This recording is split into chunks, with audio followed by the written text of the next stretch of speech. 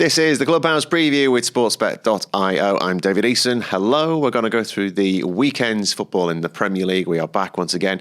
A couple of Premier League match days to be heading into at this busy, almost festive period. And to go through them, we do have our experts once again. We've got Paul Robinson and Neil Mellor alongside us in this. Oh, look at this new setup. Isn't this nice? So we've got Paul in the middle, Neil on the end. We might need a little bit of a boost of his chair, but we're okay. I'll dip down a bit. There you go. Sit up straight. Hello, everybody. How are we? Paul, how's your week been? Yeah, good, thank you. Very busy, very cold. It's getting cold up here up north now. FA Cup tonight, this weekend. York City, so long as the pitch isn't frozen. Looking forward to a good weekend of football. Neil, you've been out midweek, braving the cold as well, watching some EFL action. Yeah, 5 layers on at Barnsley for that memorable moment of the goalkeeper having an absolute shocker. Sorry, Goalkeepers Union, but I am not defending that one. And then at Anfield as well for the European game, a nice comfortable win. I'll say it quietly, I left at 3-0. Missed the full goal. That's the Europa League, though, isn't it? So Liverpool can stroll this, Paul. Let's not talk about Europa League anymore. But that's the reason why they're playing on Sunday, and that's why there's plenty of games on Sunday to be looking ahead to. But a couple of talking points as well this week. We'll dig into those now.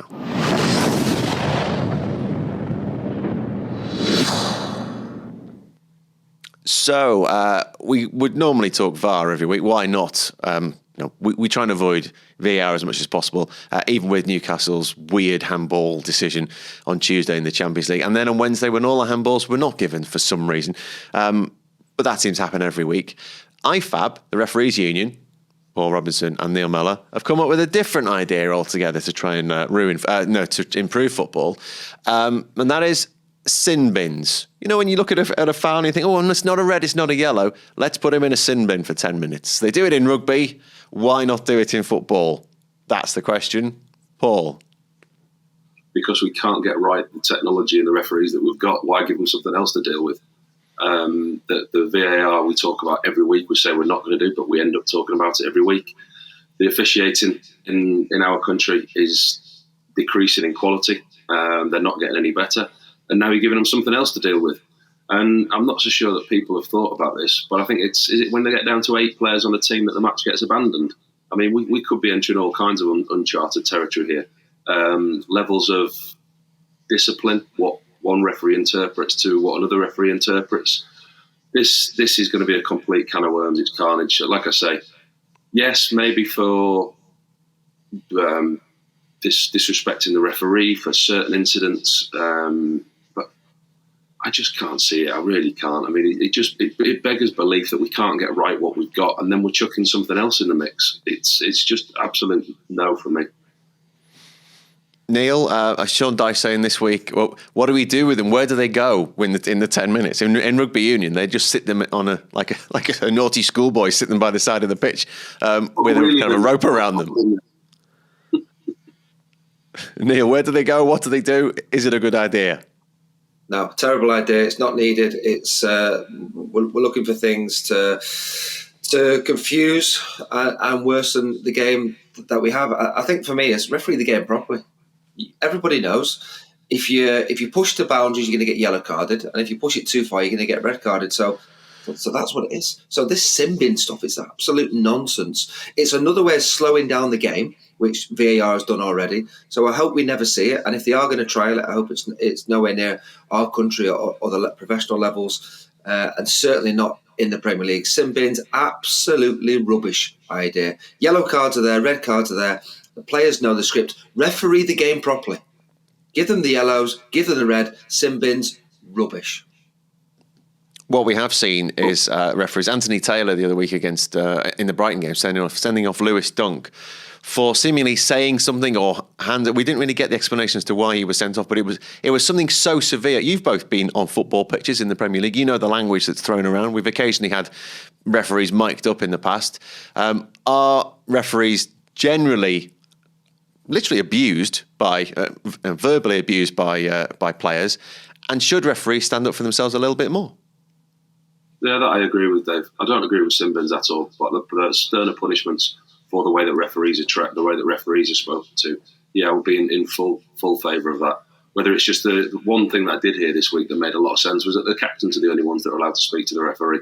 I mean, that would stop it. That would prevent it completely. If the captain's allowed to go and speak to the referee, and he's the only one, that's a way around doing it. But the centre referees, and in answer to your question, yes, referees do get a lot of stick on the pitch.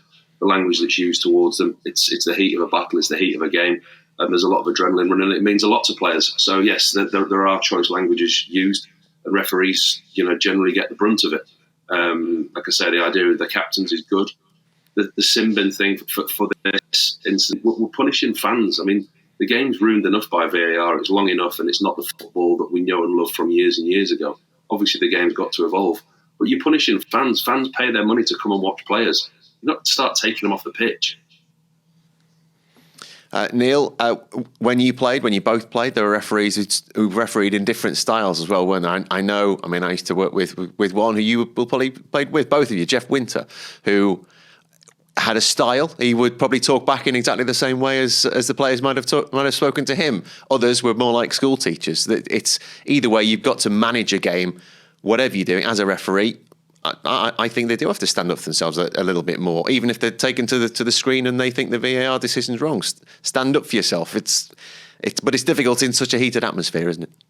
Yeah, an emotion is something you'll never leave or lose from the game. I hope not, anyway. And that initial instinct of a player to sort of let a little bit of anger out, whether it can be in a way that is seen wrong to a referee. But I think there are certain ways to overstep the mark where, I agree that the referee should then give a yellow card or maybe a red card. That doesn't happen often. It really doesn't. And I think there has to be a degree of understanding from the referee.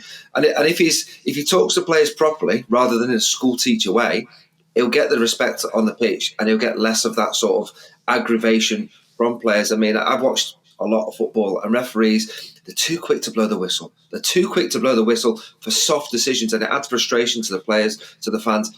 Let the game flow a little bit more, and all of a sudden he'll see that he'll get less sort of confrontation from the players. But to referees, too school teachery, and if they start doing less of that, they'll have less of that anger and frustration towards them. But the idea of the sin bin is very much a no from the team here. Let's get into the action here with sportsbet.io.